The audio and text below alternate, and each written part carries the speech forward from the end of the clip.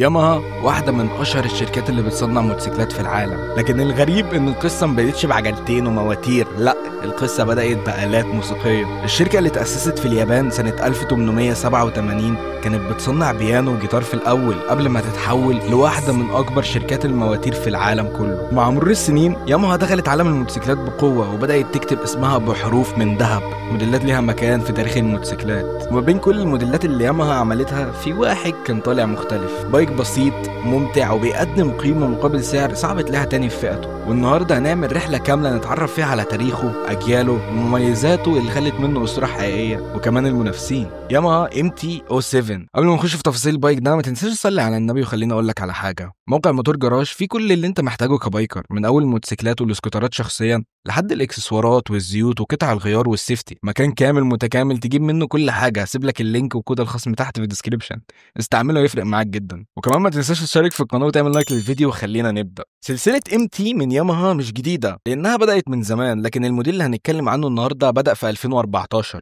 من ياماها موتور كومباني كجزء من سلسلة MT اللي معناها ماسترز اوف تورك. البايك بس مش للقوة القصوى، لكن ياماها حبت تركز أكتر على العزم ومتعة السواقة في السلسلة دي، وده سبب اختيار الاسم. بس الاسم ده ما كانش في البداية في كل الدول والأسواق، ففي أمريكا الاسم كان FZ-07 من 2015 لحد حوالي 2017. بعدها توحد الاسم وبقى MT-07 في العالم كله. ال MT-07 واحد من أهم أعضاء عائلة ال MT، لأنه في أعضاء كتير في العيلة دي، من أول 125 سي سي لحد ال 1000 سي سي. واللي خلى الموضوع مختلف إن ياماها كانت عايزة تعمل موتوسيكل وسط بين المتعة والعملية، مش سوبر بايك معقد وغالي، ومش بايك عادي وممل، حاجة في النص تخلي التجربة مسلية وسهلة في نفس الوقت. والنتيجة مبيعات قوية جدا وسمعة كبيرة إن ده أحسن موتوسيكل متوسط الحجم ممكن تركبه. لو قلنا إن الهيكل هو جسم الموتوسيكل، فالمحرك هو القلب النابض اللي بيخلي كل حاجة تتحرك، والام تي او 7 قلبه مختلف. بيجي بموتور بارل توين 2 سلندر بسعة تقريبا 690 سي سي، تبريد مائي 8 صمام. لكن الميزة الحقيقية مش في الأرقام دي وخلاص، الميزة في الطريقة اللي الموتور ده بيشتغل بيها.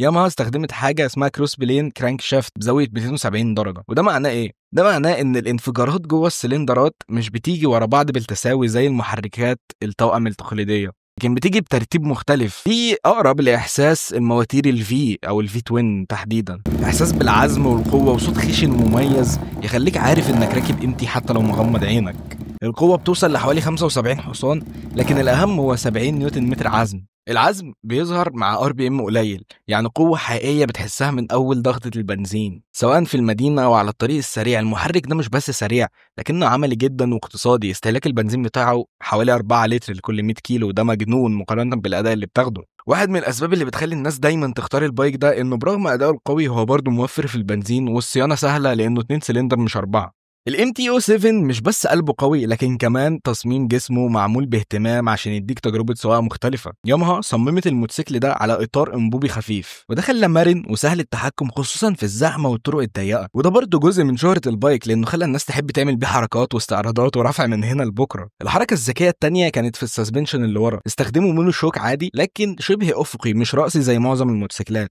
يعني بالبلدي المساعد اللي ورا جاي بزاوية مش مستقيم قوي، ده اللي خلى مركز الجاذبية أقل، ووزن الموتوسيكل متوزع بشكل مثالي. عشان كده دايما تحس انه ثابت في المنعطفات حتى لو داخل عليها بسرعه. وزنه حوالي 179 كيلو جرام جاف بس، يعني خفيف كفايه يخليك تحسه لعبه، لكن في نفس الوقت متماسك كفايه يخليك واثق منه في اي موقف. كمان شكل مميز بالتصميم نفسه اللي فيه عيون صغيره من قدام، والجسم الكومباكت الصغير، والتانك الكبير، والموتور اللي واخد نص الكادر. لسه في تفاصيل تانية مستخبيه. ال MT-07 معمول بفلسفه The Dark Side of Japan اللي ياما استخدمتها في سلسله MT كلها، اللي هي باختصار تصميم شرس، خطوط هجوميه، وانوار اماميه بتخلي شكله كانه جاي من المستقبل. ال MT-07 مش مجرد موتوسيكل نزل وخلاص، ده مشروع طويل الامد، وكل جيل كان بيضيف حاجه تخليه اقرب للكمال. خلينا نمشي بالترتيب ونشوف التطويرات اللي حصلت في البايك ده من اول جيل لحد اجدد واحد.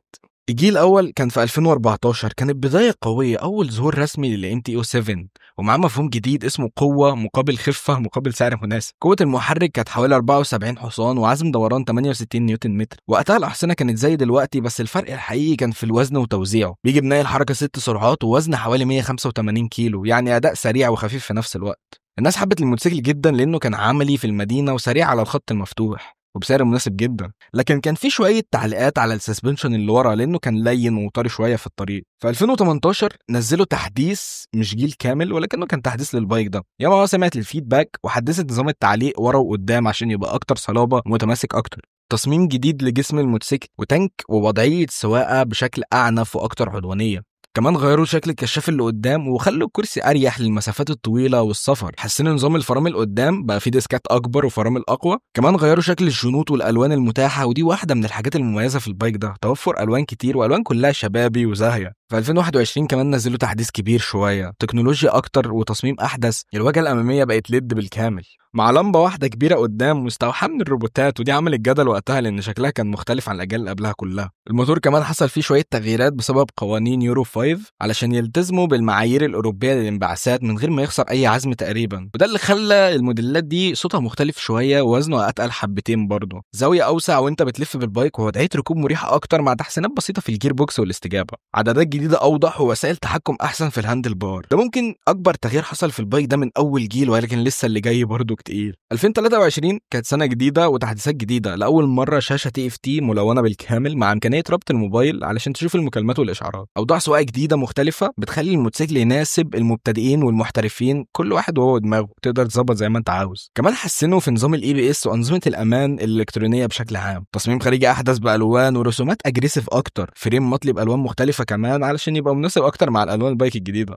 وفي 2025 نزلوا كمان تحديث جديد، تطوير كامل للكاوتش والسسبنشن من شركه شاوا. فرامل بريمبو في اصدارات خاصه مع اي بي اس متطور بنظام كورنرنج اي بي اس اللي بيحسن الفرامل حتى في الكورنرات الصعبه. وكمان بقى شكله من قدام قريب قوي من الام تي 10 والام تي او 9، يعني شكل شرس اكتر واداء رياضي احسن. كمان عدلوا حاجات خفيفه على الموتور عشان يبقى استجابته انعم لكن بنفس القوه والعزم.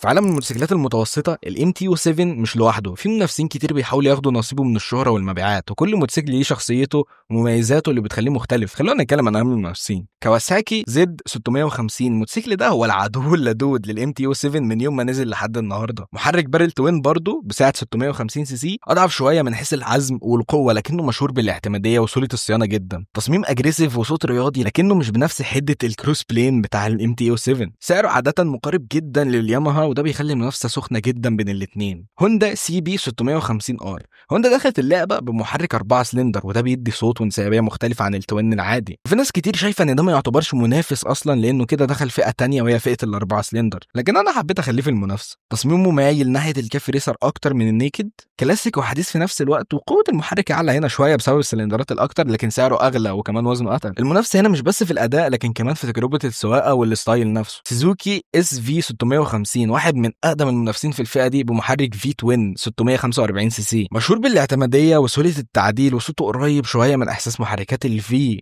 لو هنتكلم عن محركات الفي فاكيد دوكاتي لازم تبقى موجوده. لقيت عندها موتوسيكلات في 2 لكن انا ما حبيتهاش احطها في المقارنه المره دي لان اسعارها غاليه جدا. كي تي ام 790 ديوك، قوه اكبر وتكنولوجيا اكتر لكن بسعر اعلى شويه، وصيانه كي تي ام ممكن تبقى صعبه او اغلى في اماكن تانية اكتر من اماكن. بس البايك ده معمول للناس اللي عاوزه اداء رياضي جدا، الديوك لازم يبقى اختيارهم الاول. ترايمف ترايدنت 660، موتوسيكل جديد نسبيا، محرك 3 سلندر بيدي شخصيه وصوت مميز جدا. ودي اول مره نتكلم عن شركه ترايمف، فقولوا لي في الكومنتات لو حابين نعمل فيديو كامل عنها. جوده تصنيع بريطانيه عاليه، تصميم عصري وانظمه الكترونيه كويسه، برضو اغلى شويه من الام تي او 7 لكن في ناس كتير بتحبه عشان تجربه ال3 سلندر المميزه. قولوا لي برضو في الكومنتات لو شايفين ان في منافس ما اتكلمناش عنه فعلا بنفس البايك ده. في الاخر رغم كل المنافسين دول الام تي او 7 فضل محافظ على مكانه لانه بيدي توازن مثالي بين السعر الاداء والمتعه، وده اللي خلاه دايما في قلب المنافسه من يوم ما نزل. نروح بقى لجزء مهم جدا في الفيديو، الجينات اللي خلت الام تي او 7 اسطوره. الام تي او 7 ما كانش مجرد موتوسيكل عادي، كان ليه جينات خاصه خلت اسمه يتكرر في كل ترشيحات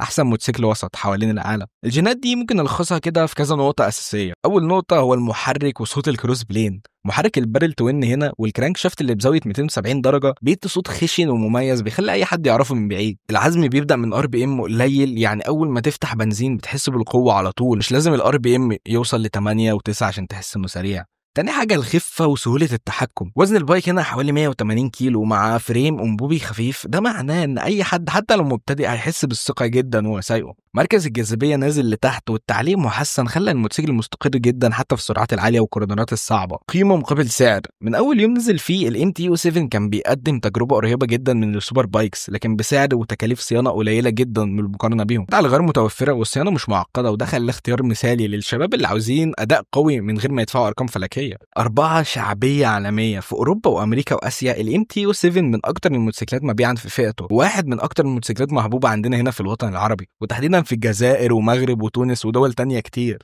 شارك في مدارس تعليم السواقة، شارك في رحلات تورينج، وحتى التعديلات والكاستم بيلز كمان مشهور جدا في الحاجات دي، يعني ينفع لكل الاستخدامات.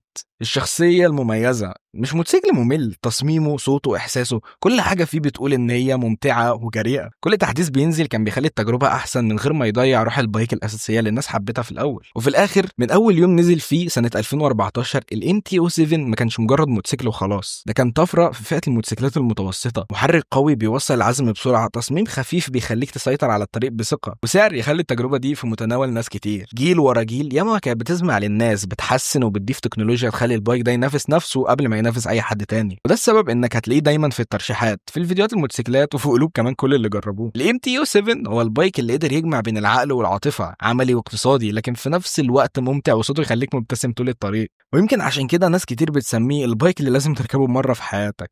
قول لي انت في الكومنتات، تحب تركب البايك ده ولا شايف ان في حد احسن منه يستاهل من المنافسين اتكلمنا عليهم او حتى ما جبناش سيرتهم في الفيديو؟ شكرا على المشاهدة.